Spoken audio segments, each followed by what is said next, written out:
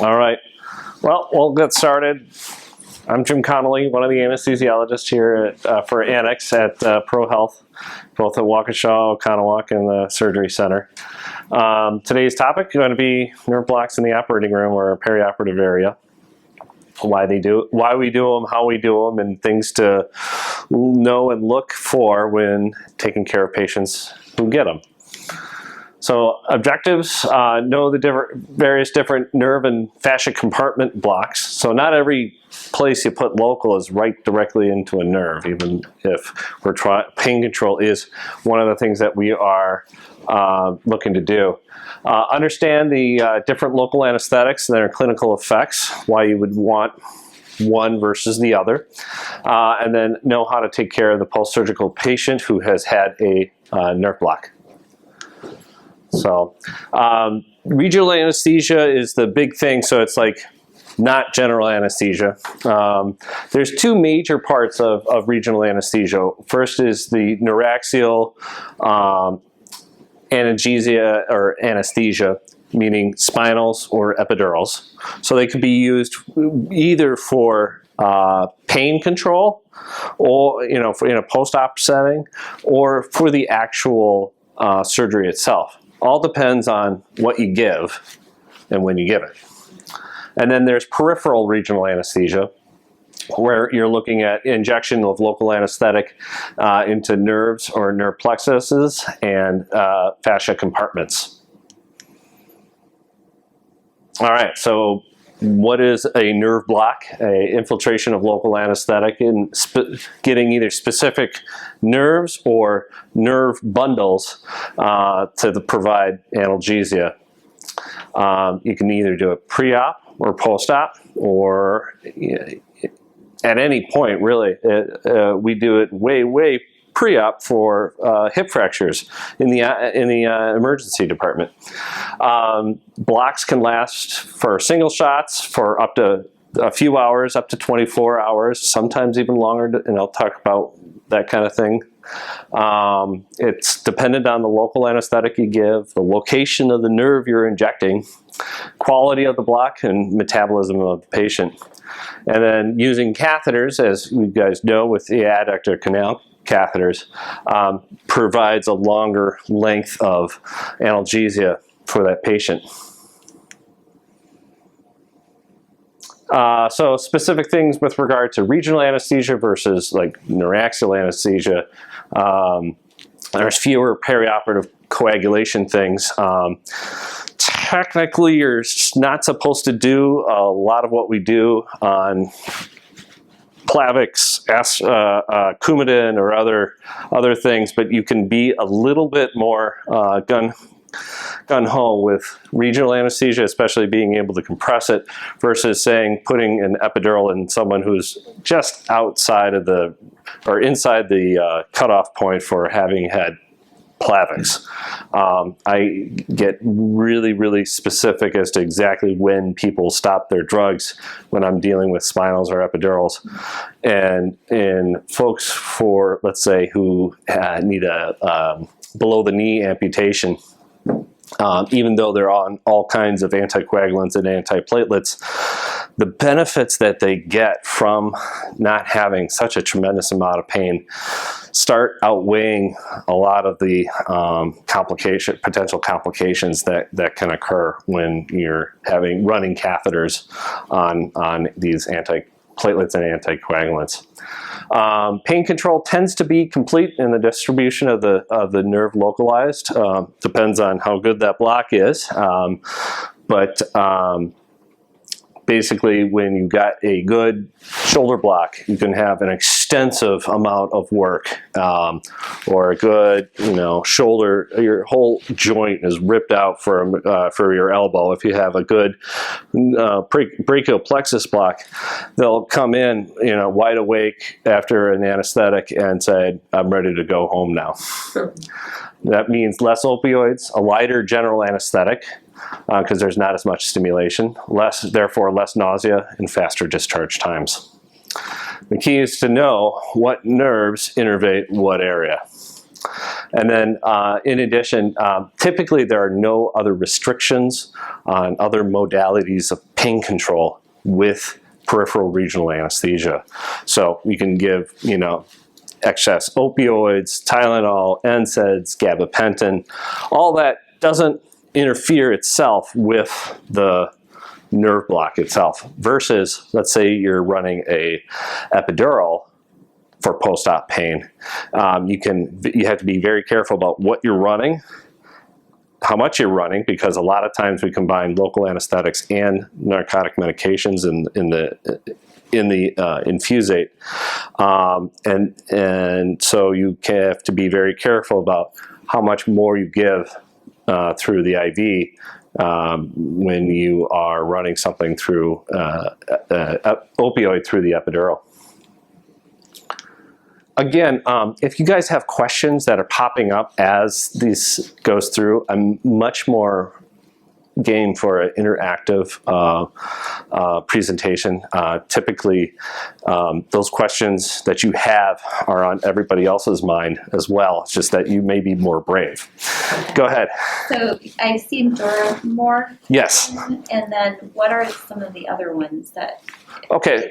Sure. So Duramorph is morphine, plain morphine that is specifically packaged without any preservatives. Typically nowadays, most morphine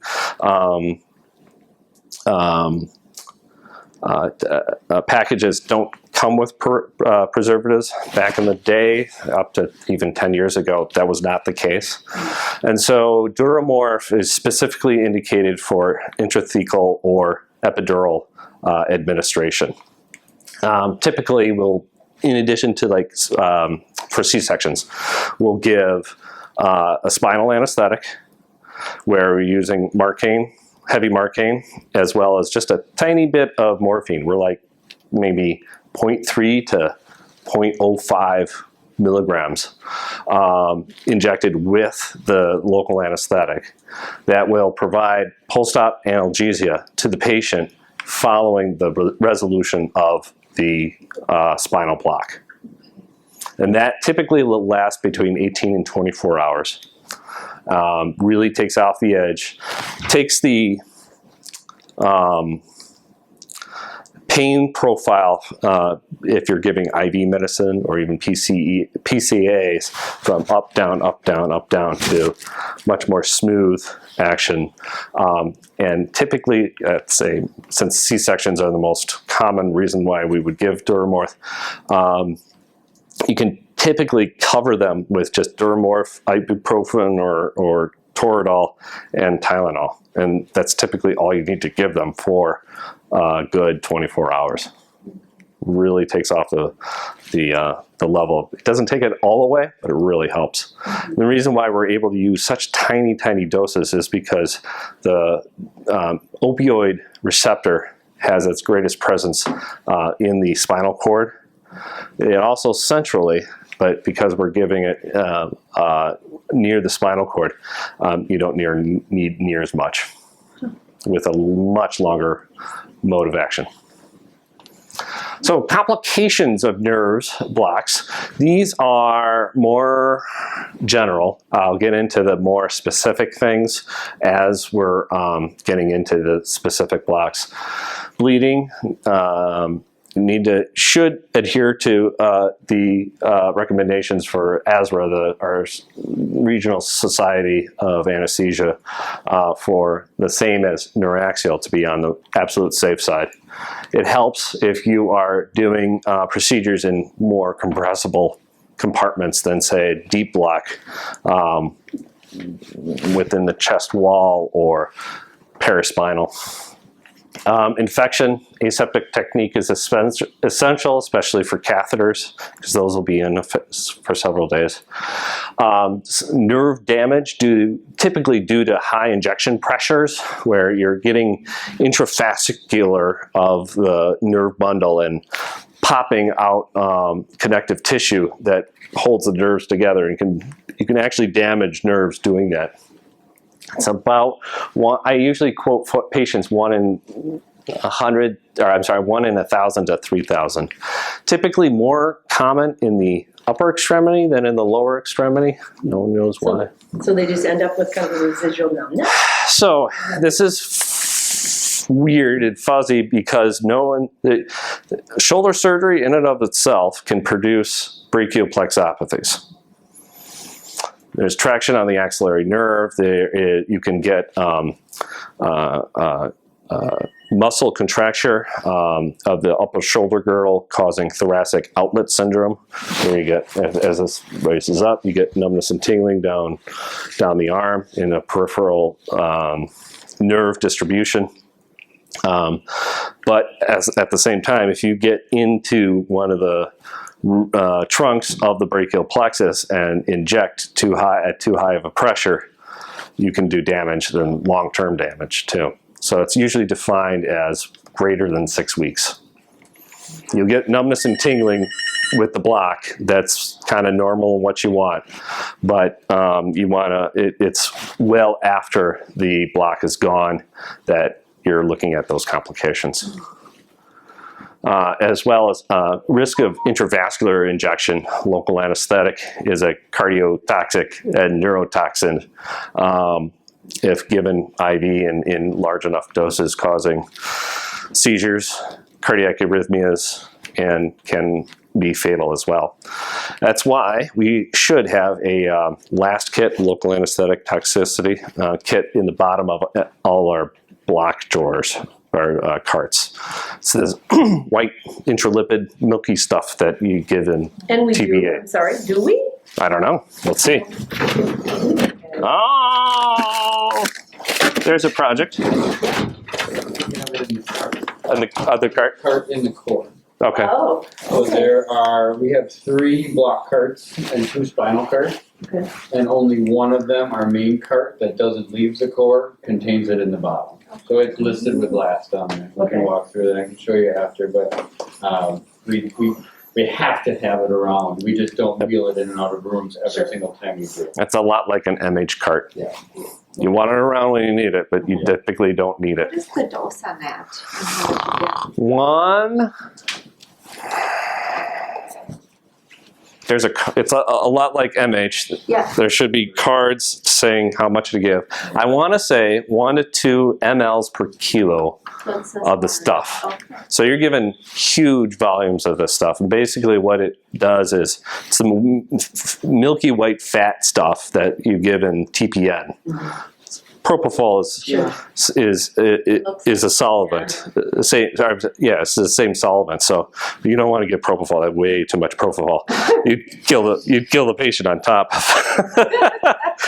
of it. So you want to use intralipid, and you give a huge whopping dose. And basically what happens is that it has so much affinity for a lipophilic molecule of local anesthetic that it pulls it away from the receptors that are blocking cardiac and central neural tissues, so that you resolve the toxicity.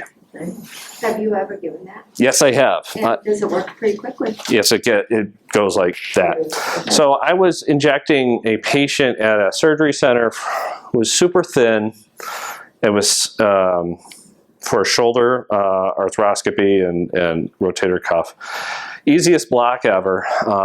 Gave an appropriate amount of dose. Everything went fine. She went to the operating room, went to sleep. Case went great. She didn't hurt at all. Woke up. She emerged from general anesthesia and having intermittent seizures. And so you're trying to figure out, well, why could this be? And typically you would see toxicity right away, but not always. So one thing to think about when dealing with PACU is if they're not right, and they've gotten a block, in the back of your head is, could this be last? So that was a little offshoot, but any questions? That was great. Okay. Was I right on the dose? Were you looking that up? it's right here, actually. Oh, it's in policy. Yeah, it's in the policy. It's weight-based, Yep. and then you start 1.5 milliliter per kilogram. There you go. And it- 1 to 2. Yeah. Sweet. All right, interscaling. So this is the point where I'll need Nate. So typically used for shoulder surgery, total shoulder arthroplasty, ORF of the proximal humeral head, something basically from even collarbones. So typically middle to lateral collarbone fracture. Will also give shoulder girdle down to about mid-humerus. There's also the supraclavicular.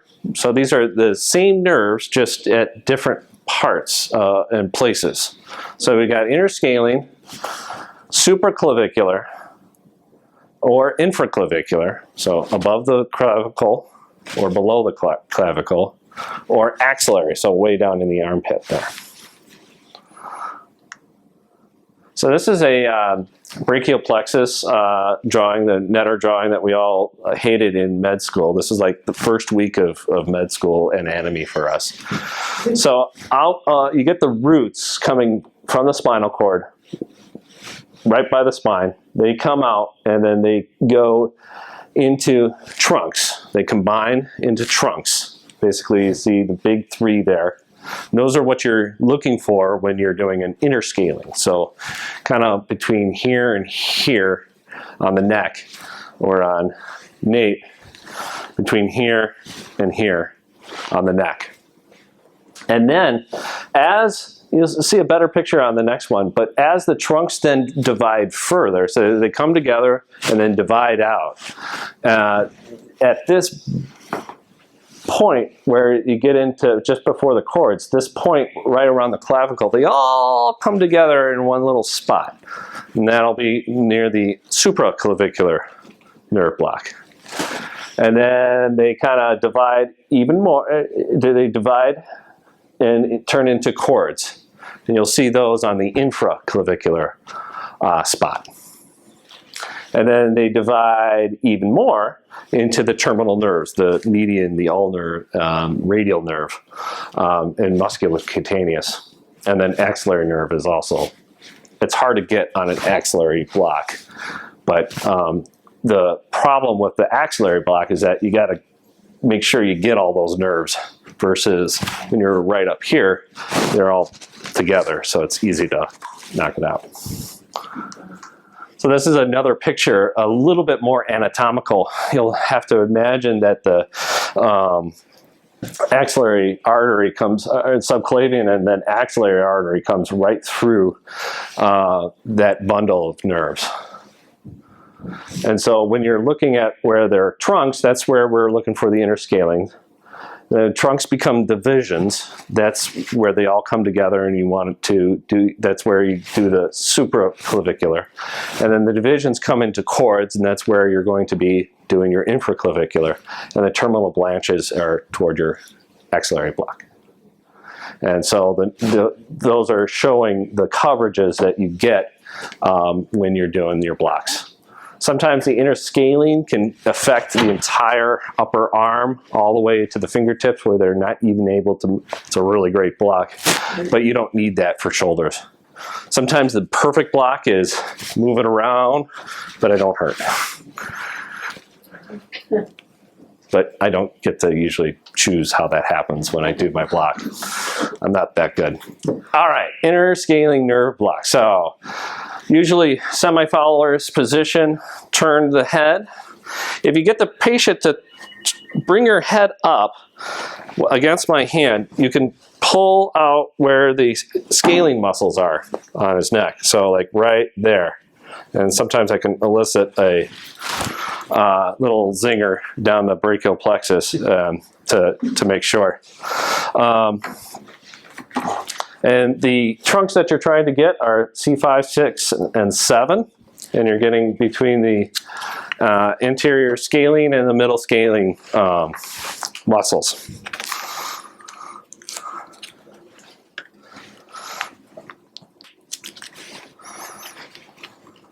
So on this little bump denotes the green dot, or the blue dot. Not everyone knows that. Cold. Mm-hmm. So we got carotid artery beating away nicely there. Good. Yeah. And let me bring the depth down. And then you see those bubbles right here, here, and here. Those are his roots of his brachial plexus. I don't get to have these types of patients very often. Yeah. And if you kind of see that as I scan down, so we'll start right there. Da, da, da. And I scan down his neck, you'll see them coming together into a little bundle right there.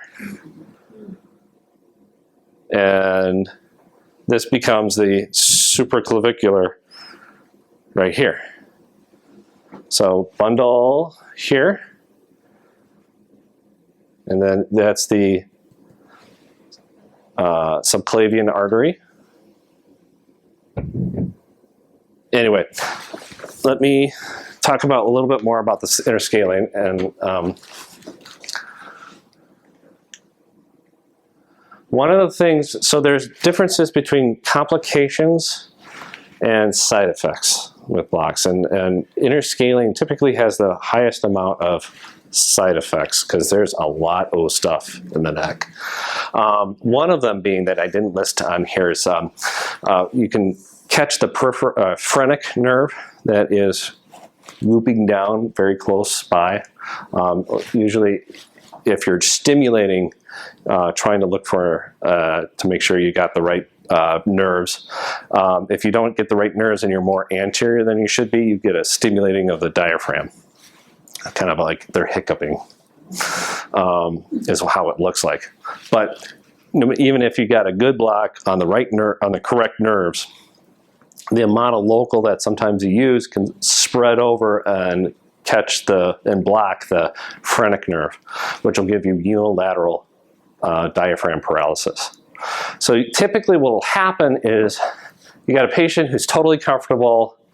Maybe they've got a little bit of a hoarse voice because their recurrent laryngeal nerve is also blocked, so they can't, one of their vocal cords is not working. But they have this really weird sense that they can't catch their breath. And you go, huh, you're like 100% on room air. How can you be short of breath?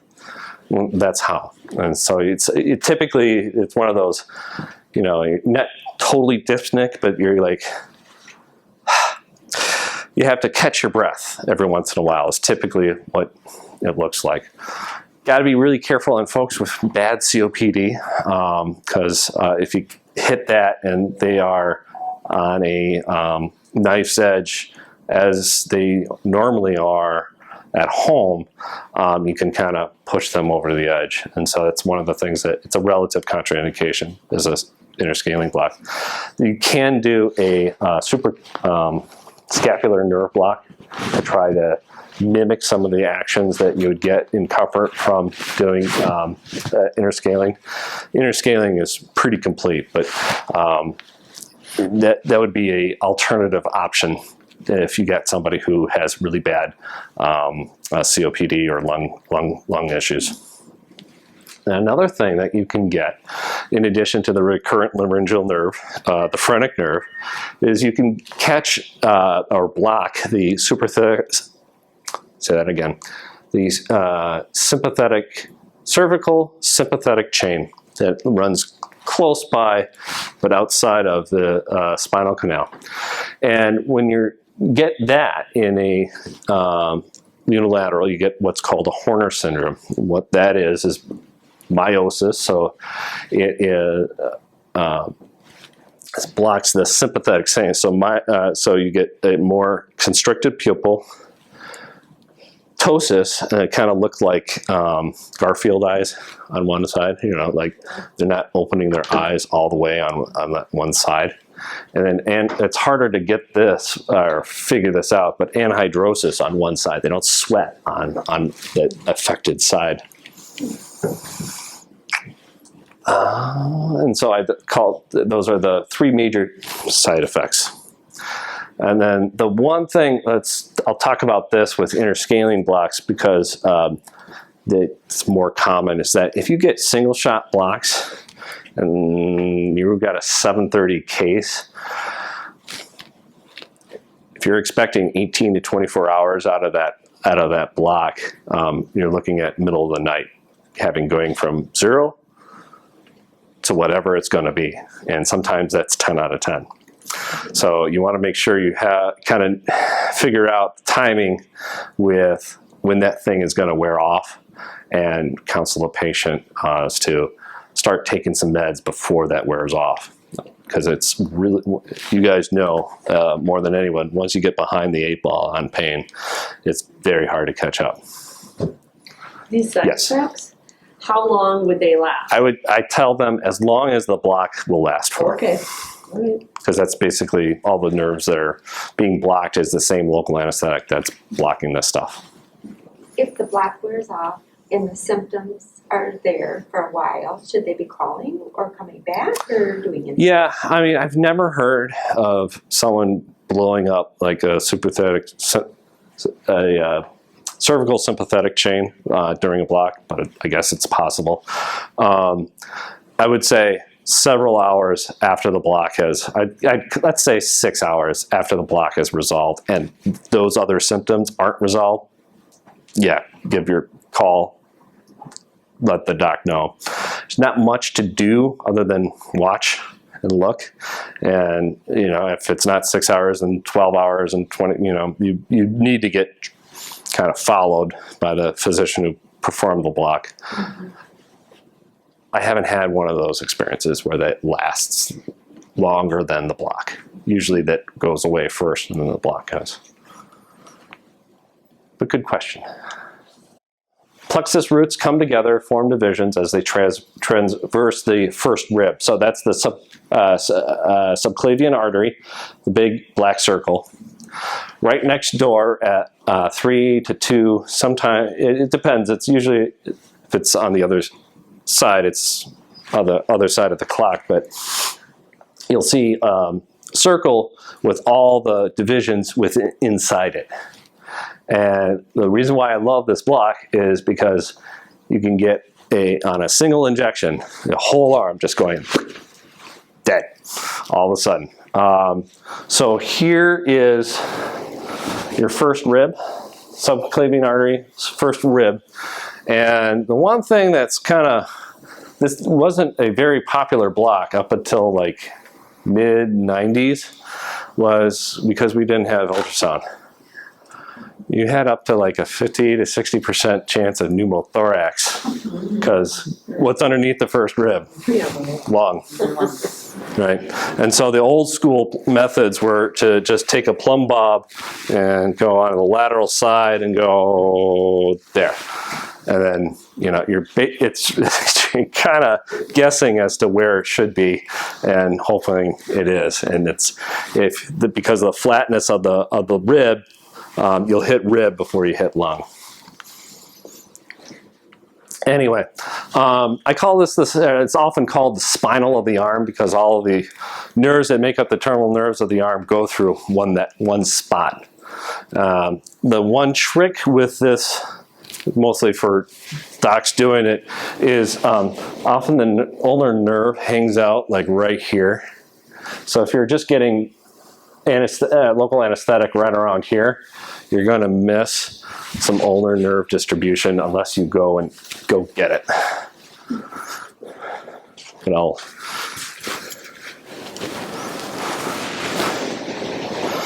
so again, it's a little bit more helpful. You have a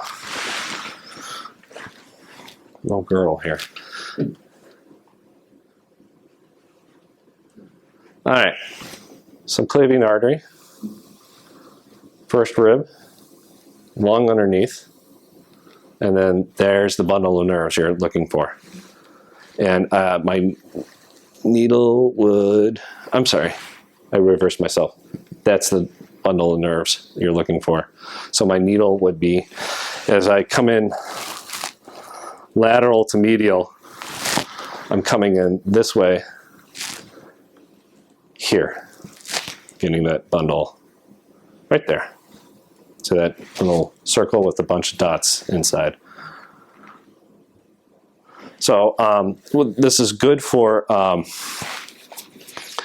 anything basically mid-humerus on down, including little fingers. My cool thing to do on is use this block for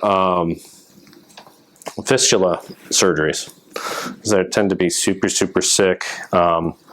It's a fairly simple, not so deep block, so there's little risk of bleeding even if folks are on anticoagulants or antiplatelets.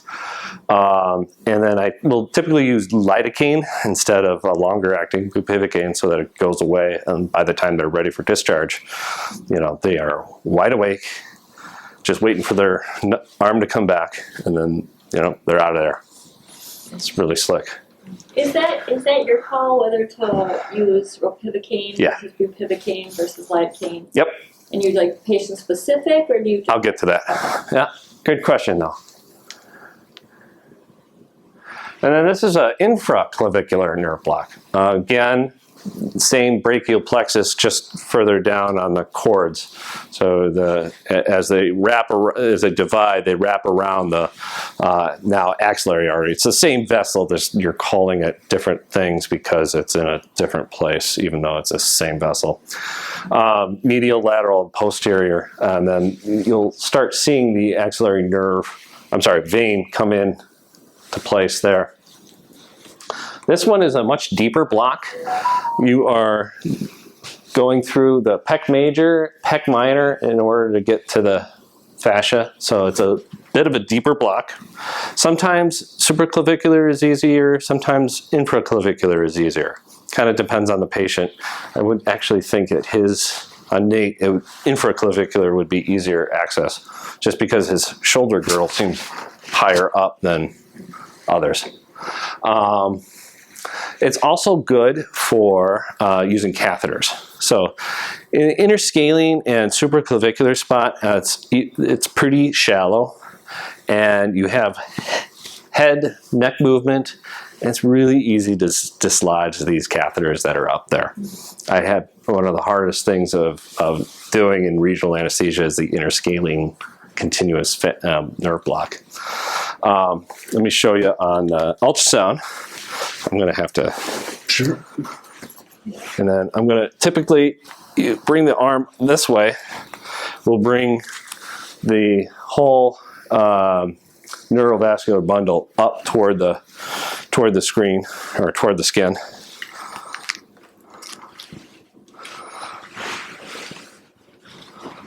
And deeper. It's got huge pecs, I could tell. All right, so the one that's bouncing around is the axillary artery. It's got a pretty hefty vein right to 4 o'clock there. And I'd be coming this way, getting the medial and posterior.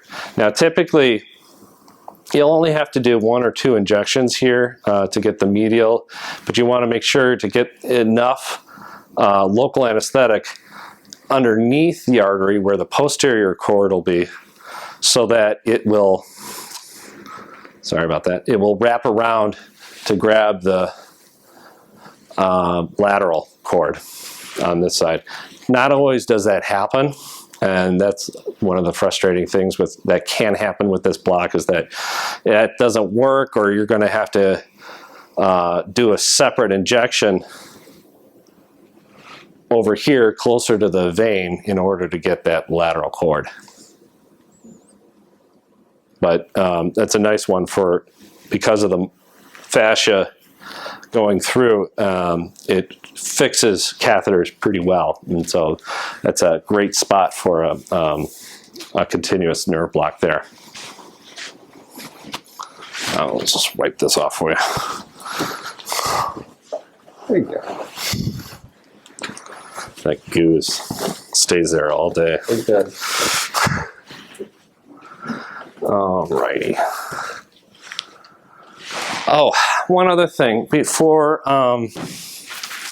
surgery with the supra and infraclavicular, you're missing this inside part on the upper arm, it's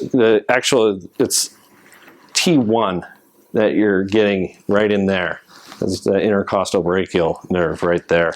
It's just sensory only on the skin, but if you want pure coverage for a tourniquet, you'll need a local infiltration underneath the skin right by the axilla if you want a wide awake patient with the nerve block with the tourniquet.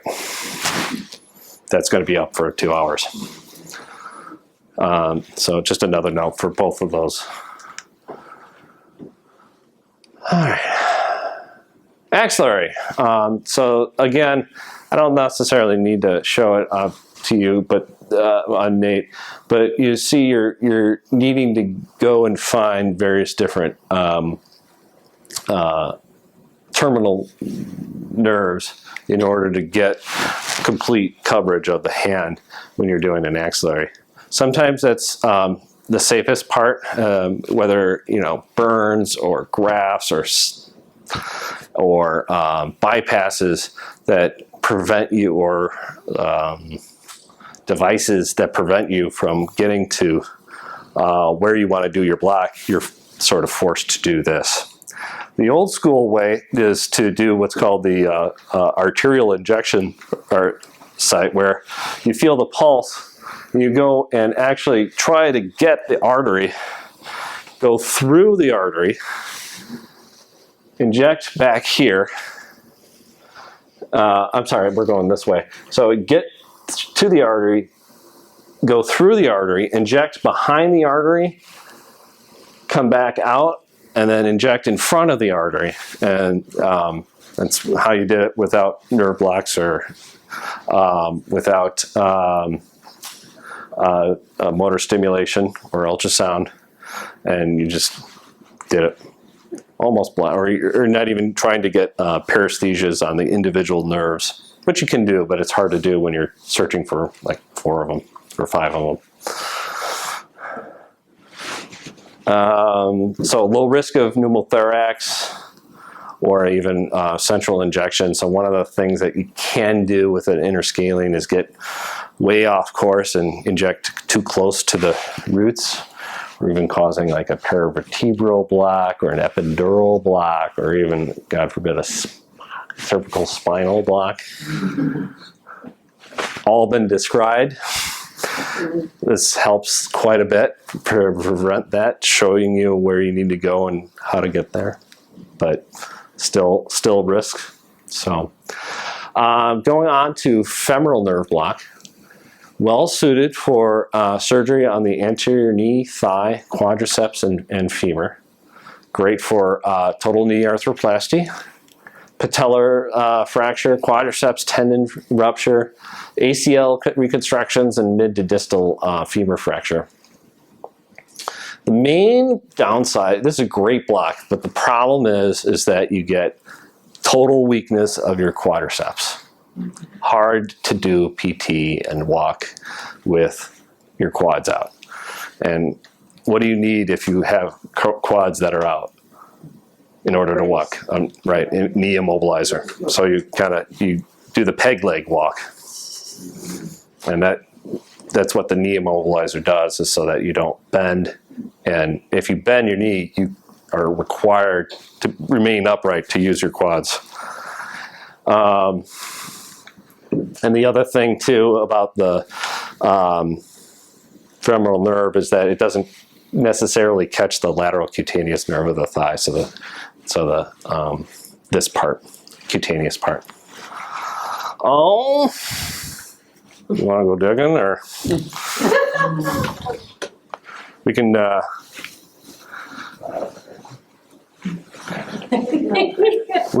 We can remain professional here.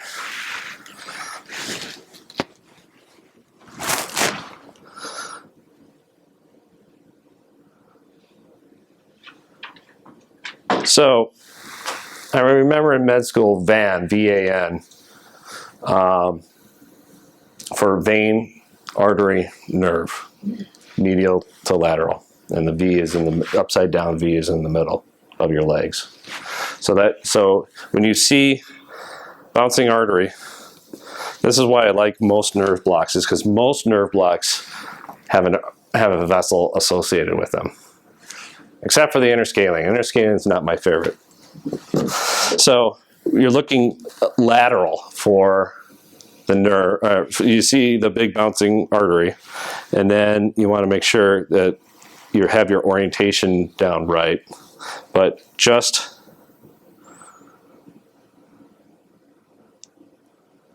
lateral to the artery is the pocket where the nerves will be, right there. And then, just for completeness sake, this is the the fascia where you do your fascia iliaca, which I'll talk about in a little bit. So that it's not as well defined as in the upper. The nerves are not as well defined in the upper extremity. I'm sorry, in the groin area, they're not as defined as they are in the upper extremity. So it's like a nebulous ball. That's why it's really nice when you have nerve blocks that have a vessel right next to them. So we're going right there for his nerve block. And then the adductor canal is a separate approach. This is what we do for the total knees. Because while the femoral nerve is great, you don't want quad weakness. So you get it, you get the sensory part of the femoral nerve that continues down in the adductor canal next to the superficial femoral artery. And then you can, on the 9 o'clock side of the artery, see where that neural bundle is.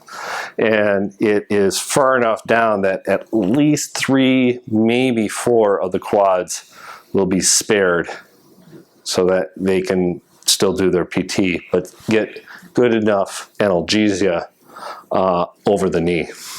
It doesn't take it completely away, the pain. If there is issues with quadriceps spasm, this isn't going to block it because it keeps the muscles intact.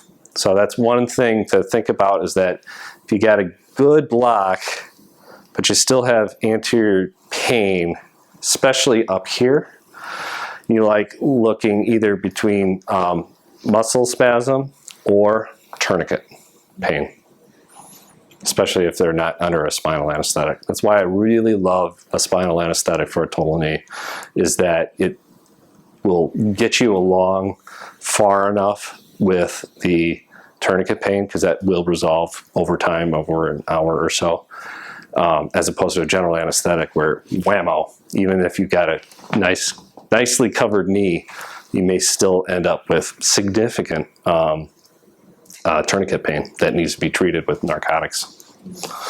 Anyway, so for the adductor canal, we'll frog leg typically, and then mid to upper thigh, everybody's a little bit different on where, I gotta go down.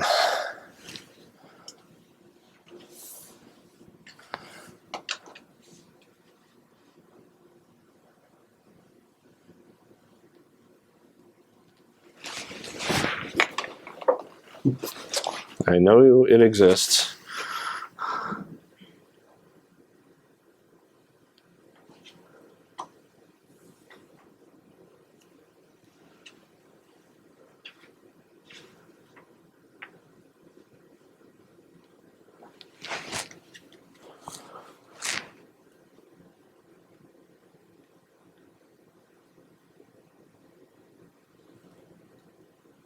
Oh, there we are.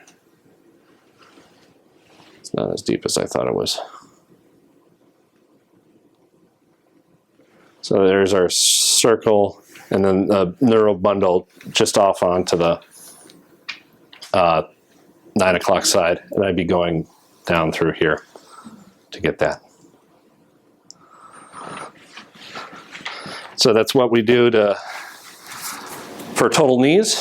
we hook up this guy, and I assume all of you are pretty familiar. And remember to open that. Yes, always. Hyperextend. The other thing, this comes out wicked easy. Make sure it's either taped up or locked or in the bag when you put it together.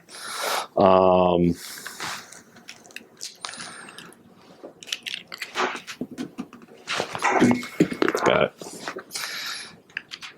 Any questions on the on-cue stuff? And I won't. You guys are I pretty had just brought well up versed. I don't know, about whether or not we should aspirate. Yeah. Or we, I don't think routinely you need to. okay, very good.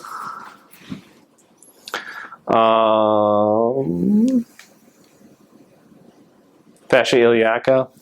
Again, this is what we're doing to get the hip fractures comfortable. It doesn't. It does mostly this side. It gets the lateral cutaneous nerve of the thigh. It's helpful. The best pain relief you can do is fix the bone, but until they get there, this is probably the best modality to do that. You're kind of more lateral than you are on the femoral nerve, and you're getting onto a fascial plane to inject a large volume of mostly dilute local anesthetic to be able to reach back and get the lateral cutaneous nerve of the thigh. Other proximal femur fractures, sometimes total hip arthroplasty, but this will only really cover if you have a lateral incision. Won't cover it if you have a anterior incision, and for a total hip, it won't cover the acetabulum. So you're like, well, why are we bothering this? You would need a really proximal sciatic nerve block in order to completely get a total hip. And they're not near as painful as total knees. So that's why we kind of don't do any regional stuff with total hips typically. So you can use either a single shot or a catheter. Catheter is often just dictated a surgical choice of where to go and their incisions. Sometimes it's in the way. There's another approach that Dr. Sharma likes to use that goes up higher on the belly. I did have a patient this week actually with mine, and she was, a narcotic abuser. So Yeah. she thought that was going to be really helpful. Yeah. So she wouldn't have as much. Okay. I call it the Sharma style. It kind of actually goes into the belly a little bit. Are you guys finding that these are helping? Yeah. That they're not getting as many narcotics? The elderly that Yep. come down to us also. And they've gotten less or quicker discharges Oh, good. too.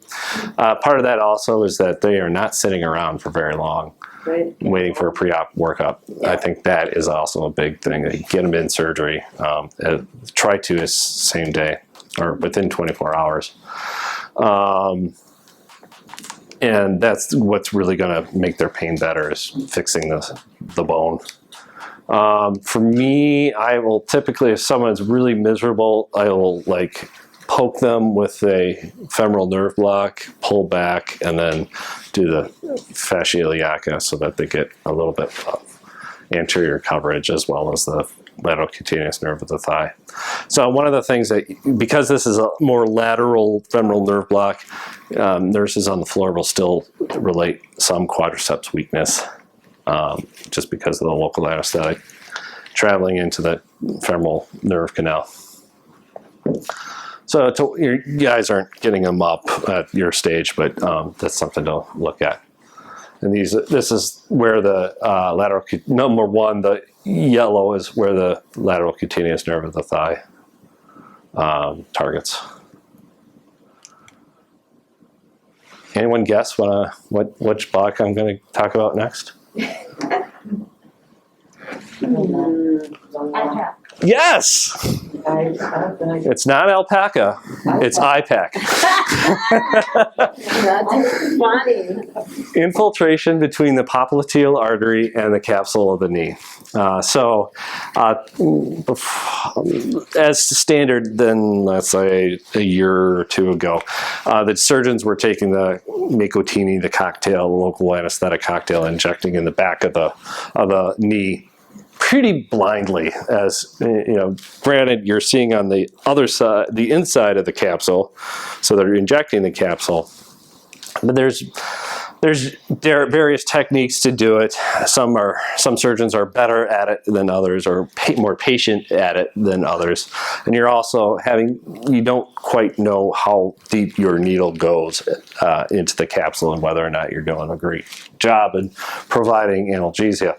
So basically, what this is basically an ultrasound Nicotini injection. So you get in between the artery, the popliteal artery, and the back of the knee, and inject those tissues to create comfort in combination with the adductor canal that only gets the front part of the knee, so that nothing else gets the back part. This is where we help to treat that.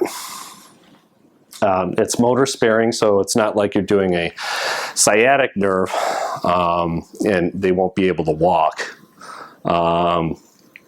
And also, you'll sometimes end up having surgeons who want to follow peroneal nerve injury if they can't dorsiflex their foot. Schultz is a big surgeon who wants to know how their foot is doing relatively soon after surgery, even though a lot of times they can't because of spinals. But it supplements the posterior knee pain in addition to the front pain that's controlled by the adductor canal. The way we do that is, this is a much more awkward block, and the bigger the patient is, the more awkward it is. So there are some knees that just cannot be blocked because they're so big. And I'll get right in the crease.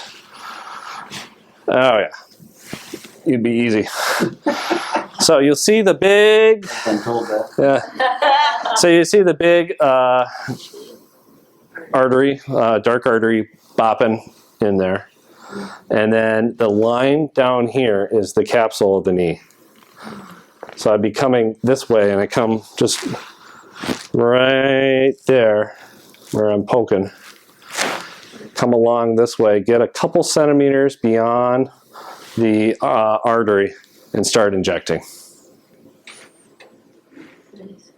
And about anywhere between 20 and 30 cc's.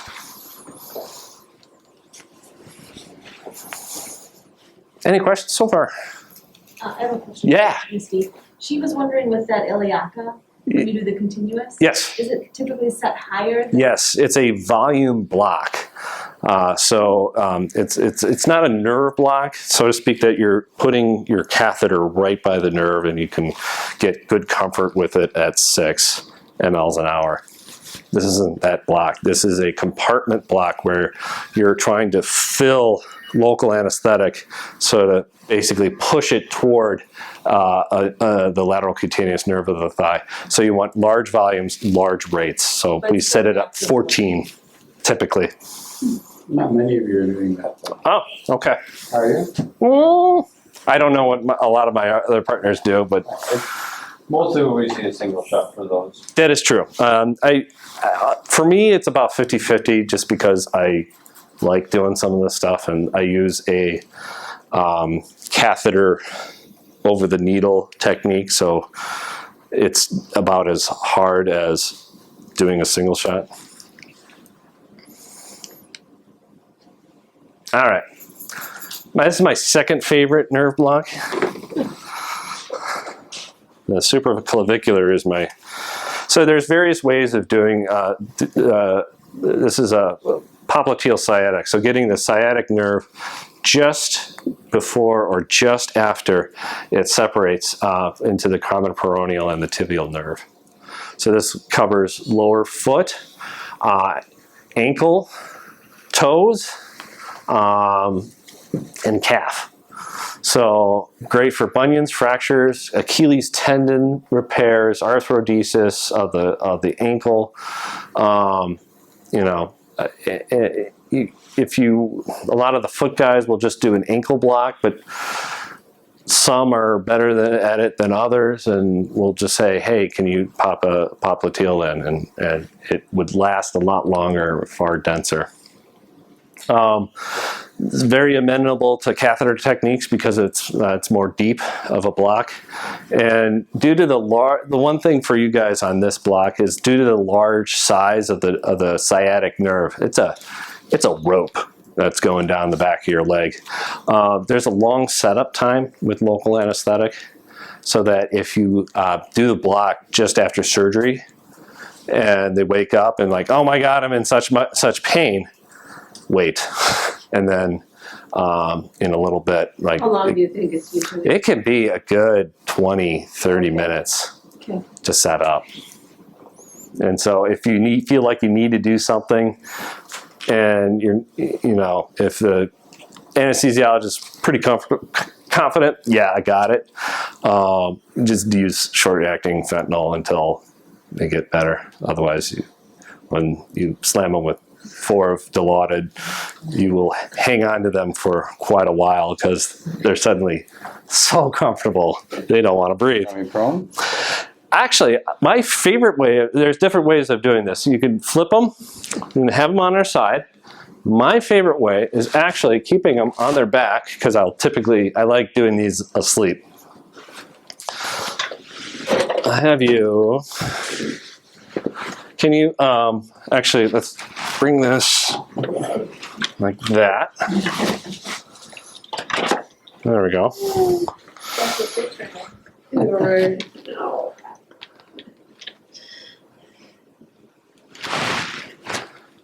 Depth here.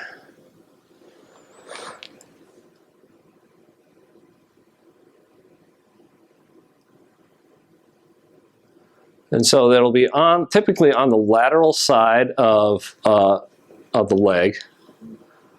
And then you'll see the artery here, and a tibial nerve right above it typically, right as you get into the popliteal crease.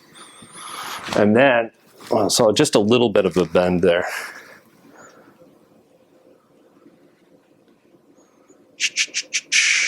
Nope, I got messed up. Turn it straight.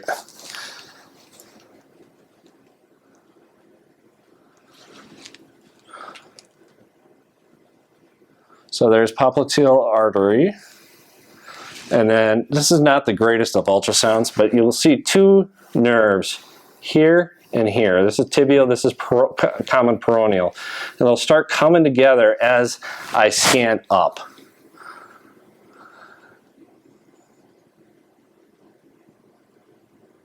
And then they come together right there. Right there. And then it's a pretty big nerve right here.